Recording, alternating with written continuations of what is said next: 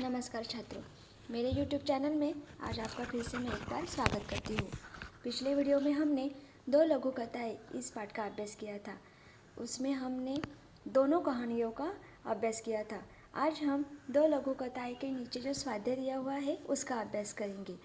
हमारे हिंदी के पुस्तक में पन्ना नंबर 31 पर सर्वप्रथम सुनो तो ज़रा दिया हुआ है। उसमें देखिए प्रश्न है, चतुराई संबंधी कोई सुनी हुई कहानी सुनाओ। देखिए बीरबल कैसा था? चतुर था, इसलिए आपको बीरबल की और चतुराई संबंधित कहानी सुननी है। उसके लिए मैंने आपको पहले ही बताया था कि अकबर बीरबल के जो किस्से हैं, उनकी कहानियों के बहुत सारे किस्से हैं, कहानियों के पुस्तक है, वो आपको पढ़ने हैं। इससे आपको क्या होगा, उनकी जो कहानी है चतुराई संबंधित, वो आपको अच्छी तरह से प्राप्त होगी और आप किसी को बता भी सकते हो और आपको भी अच्छा लगेगा। पन्ना नंबर 32 पर देखिए खोजबीन दी हुई है। अंतर्जाल से पारंपरिक चित्र शैली के प्रकार खोजो और लिखो, जैसे वारली, मधुबनी आदि। और नीचे है राज्य का नाम, शैली का नाम। देखिए अंतर्जाल मतलब इंटरनेट। हमें इंटरनेट से जो हमारे भारत में फैली हुई शैली है, इसके अलग अलग प्रकार खोजने हैं और लिखने हैं। अभी ये जो वारली है, मधुबनी है, ये शैली का नाम है। मतलब वहाँ पर जो लोग रहते हैं वो उनकी जो जमात होती है वो उससे जुड़ी हुई होती है, तो वो भी लोग इसी संबंधित इसी नाम से जाने जाते हैं। उनकी जो शैली होती है वो भी इसी नाम से ही जानी जाती है। देखिए जैसे पहले वहाँ पर वारली दी हुई है। वारली यह शैली का नाम है, लेकिन वो किस राज्य में प्रसिद्ध है? तो हमारे महाराष्ट्र राज्य में ही प्रसिद्ध है। महाराष्ट्र राज्य में वारली यह शैली प्रसिद्ध है। दूसरी वहाँ पर दी हुई है मधुबनी। मधुबनी यह शैली है वो बिहार में प्रसिद्ध है। तीसरी मैं आपको बता सकती हूँ किशनगढ़, ये भी शैली का नाम है, वो राजस्थान में प्रसिद्ध है। चौथी है पटचित्र, वो उड़ीसा में प्रसिद्ध है।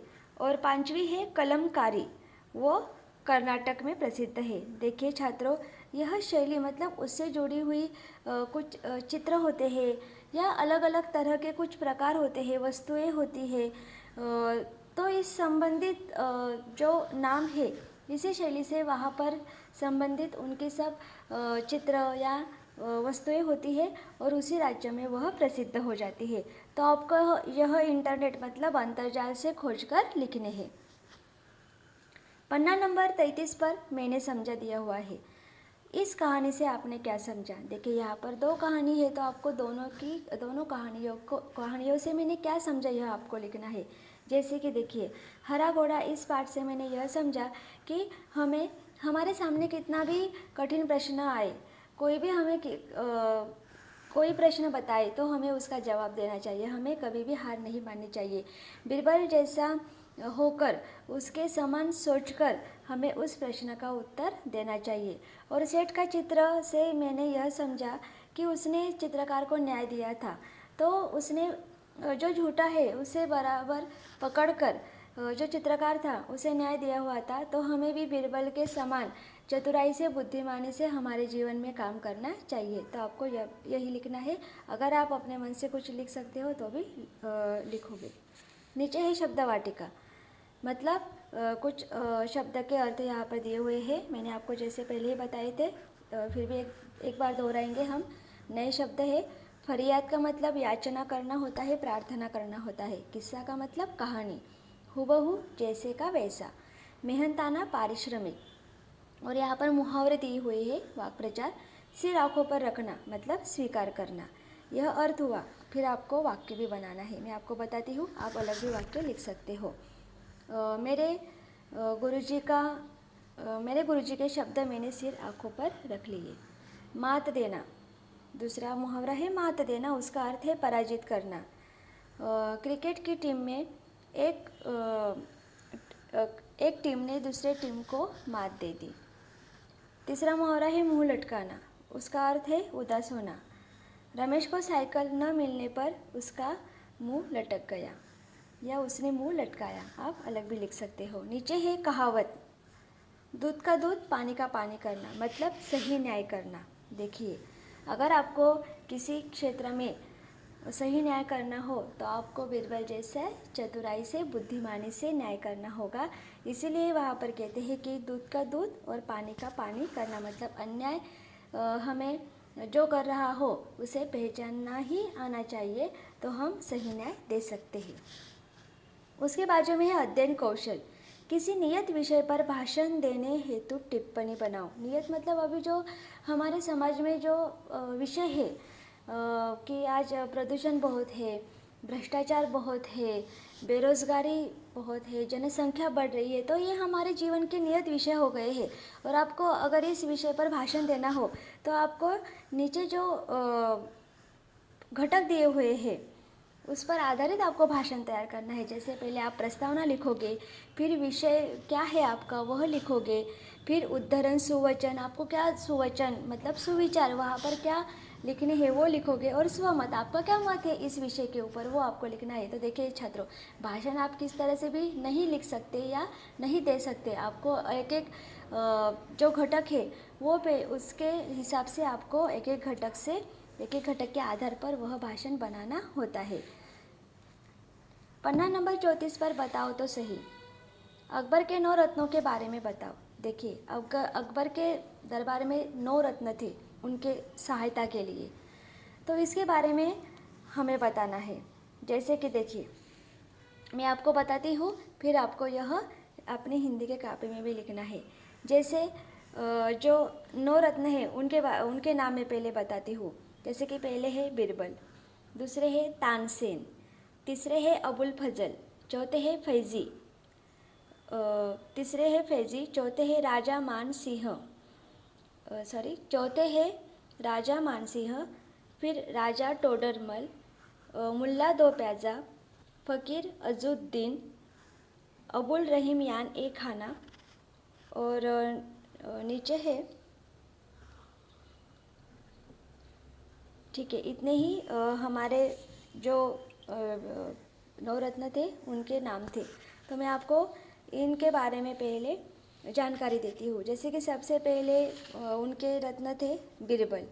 तो यह जो बीरबल थे उनका नाम असली नाम महेश दास था, लेकिन अकबर के द्वारा उनको बीरबल यह नाम दिया गया हुआ था। और बीरबल के दरबार में वो विदूषक की भूमिका निभाते थे, मतलब राजा को हंसाते थे, राजा को कोई अगर समस्या आ गई तो वो सुलझाते थे, यह काम बीरबल का था। ठीक है। जो दूसरे रत्न थे वो तानसेन थे। वो संगीत क्षेत्र से जुड़े हुए थे। अकबर के दरबार में वो संगीत का काम किया करते थे, मतलब जो संगीत का कार्यक्रम होता था तो तानसेन वहाँ पर प्रमुख थे। तीसरे है अबुल फजल। अकबर के अकबरनामा और आईने अकबरी के लेखक अबुल फजल थे, मतलब अकबर के ऊपर जो कहानियाँ लिखी जाती थी वह अबुल फजल लिखते थे। चौथे हैं फैजी। यह अकबर के दरबार के प्रसिद्ध कवि थे, मतलब अलग अलग कविताएं लिखकर या पढ़कर वो अकबर का जो मन है वो प्रसन्न करते थे। आगे है राजा मान सिंह। अकबर के सेना में वो सेनापति थे। अगर कोई युद्ध का प्रसंग आए तो वो राजा मान सिंह अकबर की सेना की सेनापति का प्रमुख जो नेतृत्व है वो किया करते थे। आगे है राजा टोडरमल। अकबर के दरबार के वित्त मंत्री थे, मतलब जो आर्थिक कामकाज होता है वो सब राजा टोडरमल संभालते थे। आगे है मुल्ला दो प्याजा। अकबर के लिए सलाहकार के रूप में राजा टोडरमल काम किया करते थे। अगर कोई कठिन समस्या आए किसी क्षेत्र से तो उनको उस समस्या का जो समाधान है वो मुल्ला दो प्याजा के पास होता था। आगे है फ़कीर अजुद्दीन। सूफी फ़कीर और अकबर के प्रमुख सलाहकार ये फ़कीर अजुद्दीन थे। और अब्दुल रहीम खान ए खाना शिक्षक और मुग़ल सेना के विश्वसनीय जनरल बैरम खान के ये पुत्र थे। और गज़ल दोहों के लिए ये मशहूर थे, मतलब वो जो गज़ल बनाते थे, दोहे बनाते थे और अकबर के ऊपर वो लिखकर सब लिखते थे। तो देखिए छात्रों, यह पूर्ण 9 रत्न अकबर के दरबार में थे, इसलिए पूरे देश में, पूरे विश्व में अकबर के दरबार की चर्चा होती थी। और उनके हर एक क्षेत्र में ये बहुत बुद्धिमान चतुर व्यक्ति होने के कारण उन्होंने बहुत साल तक इस भारत में राज भी किया और अपनी जो प्रसिद्धि है वो भी कमाई। तो आपको यह भी लिखना है। नीचे उसके बाजू में है वाचन जगत से। पसंदीदा चित्रकथा पढ़ो और इसी प्रकार अन्य चित्रकथा बनाकर सुनाओ। चित्रकथा मतलब चित्र के आधार पर कहानी। तो आपको जो चित्रकथा पसंद है अकबर बीरबल, इसके अलावा बहुत सारी कहानियाँ होती है, तो इसी प्रकार से आपको वह चित्रकथा पढ़नी है। नीचे है सदैव ध्यान में रखो। निर्णय से पहले पक्ष विपक्ष दोनों का विचार करना चाहिए। देखिए, अगर आपको कभी किसी क्षेत्र में या किसी के भी बारे में न्याय करना हो तो पहले आपको दोनों जो पक्ष होते हैं, एक पक्ष और दूसरा विपक्ष, यानी कि दोनों जो बाजू होती है, दो लोग होते हैं, उनका पहले विचार सुन लेना चाहिए, उनका क्या कहना है वो सुन लेना चाहिए, फिर उस पर अच्छी तरह से विचार करके ही आपको न्याय देना चाहिए। तो आपको यह सदैव ध्यान में रखना है, ठीक है। नीचे ही सही विकल्प चुनकर वाक्य फिर से लिखो। जब बादशाह ने बीरबल दूसरी शर्त सुनी तो वो बीरबल डैश। तो देखिए, नीचे है खुश हो गए, का मुंह देखने लगे कि होशियारी जान चुके। जब बादशाह ने बीरबल की दूसरी शर्त सुनी तो वो बीरबल का मुंह देखने लगे। यह उत्तर है। क्रोधित होकर उस चित्रकार ने सेठ से सभी चित्रों के पैसे मांगे। तीसरा उत्तर आएगा।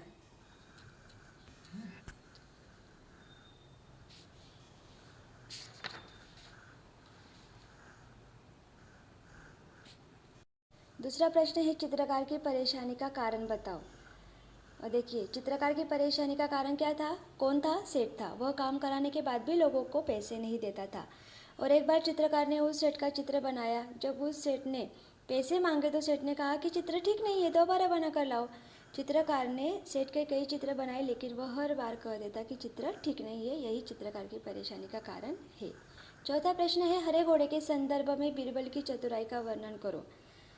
अभी बादशाह अकबर ने बीरबल से हरे घोड़े का प्रबंध करने के लिए कहा था। बीरबल एक सप्ताह इधर उधर तक घूमते रहे, फिर आकर बादशाह से क्या बोले कि मैंने आपके लिए हरा घोड़ा ढूंढ लिया है, पर घोड़े के मालिक की शर्त यह है कि घोड़े का रंग अगर दूसरे घोड़ों से अलग है तो घोड़े को देखने का दिन भी अलग होना चाहिए।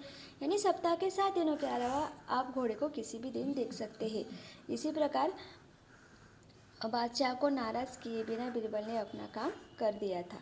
तीसरा प्रश्न है घोड़े के मालिक की शर्तें लिखो। क्या थी? घोड़े के मालिक की 2 शर्तें थी। पहली शर्त यह थी कि घोड़ा लेने को बादशाह को स्वयं वहां पर जाना पड़ेगा, और दूसरी शर्त यह थी कि घोड़े का रंग दूसरे घोड़ों से अलग है तो घोड़े को देखने का भी दिन अलग होना चाहिए। यानी कि सप्ताह के 7 दिनों के अलावा आप घोड़े को किसी भी दिन देख सकते हो। तो देखिए छात्रों, यह घोड़े के मालिक की शर्त थी। तो यहाँ पर पूर्ण प्रश्न हमने दोहरा लिए हैं। मैंने आपको इसके जवाब भी बताए हैं। तो आपको यह सब प्रश्न अपने हिंदी के कापी में लिखने हैं। मैं आशा करती हूँ इन सब प्रश्नों के उत्तर आपके समझ में आए होंगे। तो आपको ध्यान से वीडियो सुनना है या देखना है। अगर आपको मेरा यह वीडियो अच्छा लगे तो ज़रूर लाइक, शेयर और सब्सक्राइब कीजिए। धन्यवाद।